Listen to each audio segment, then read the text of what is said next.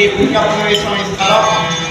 దీనికి అన్నపూర్ణాశ్రమం అనే నామకరణం చేసి కాశీ వెళ్ళాలంటే చాలా ఇబ్బంది.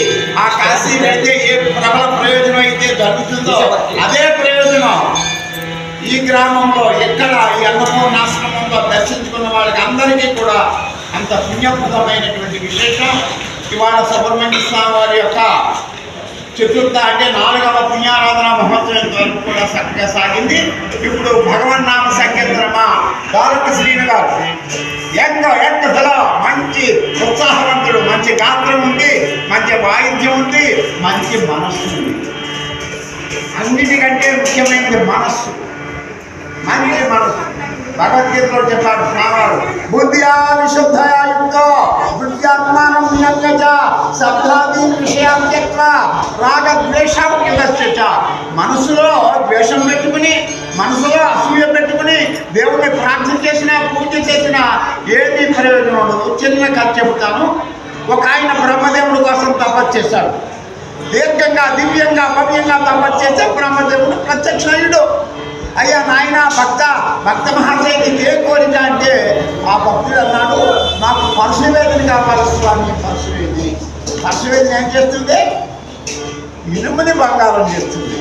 పరశువేదిని తాకితే ఇనుము, ఆ ఇనుము బంగారం అయిపోతుంది అనమాట. అటువంటి పనిముట్టు ఇచ్చాడు బ్రహ్మదేవుడు. కానీ ఆయన ఇంటికెళ్ళి ఆ ఇనుము అంతా పోటీ పెట్టి ఈ పరశువేదిని స్పృశిస్తే అది బంగారం కావట్లా. అదే బ్రహ్మదేవుడు ఇచ్చాడు, నన్ను మోసం చేశాడు, డూప్లికేట్ ఇచ్చాడు, ఒరిజినల్ అట్టే పెట్టుకున్నాడు అని అనుకుని మరలా బ్రహ్మదేవుడి కోసం తపస్సు చేశాడు. బ్రహ్మదేవుడు ప్రత్యక్షమయ్యాడు.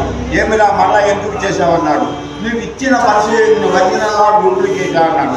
మా లోకంలో డూప్లికేట్లు ఉండవు, అంతా ఒరిజినల్లే. కానీ ఒరిజినల్ అయితే ఇనుముని బంగారం ఎందుకు చేయలేదు అన్నాడు. నువ్వు ఏ ఇనుము వేసావన్నాడు. పాత ఇనుము పెట్టావన్నాడు. ఒరే తుప్పు పట్టిన ఇనుప ముక్కని పరశువేది బంగారం చేయలేదు కనుక ముందుగా దానిని అగ్నిలో పెట్టి సంస్కరించి సమ్మిటితో కొడితే దాని ఉన్న తుప్పు, దాని ఉన్న మలినము, మట్టి అంతా పోతుంది. అప్పుడు పరశువేదిని స్పృశిస్తే బంగారం అవుతుందన్నమాట.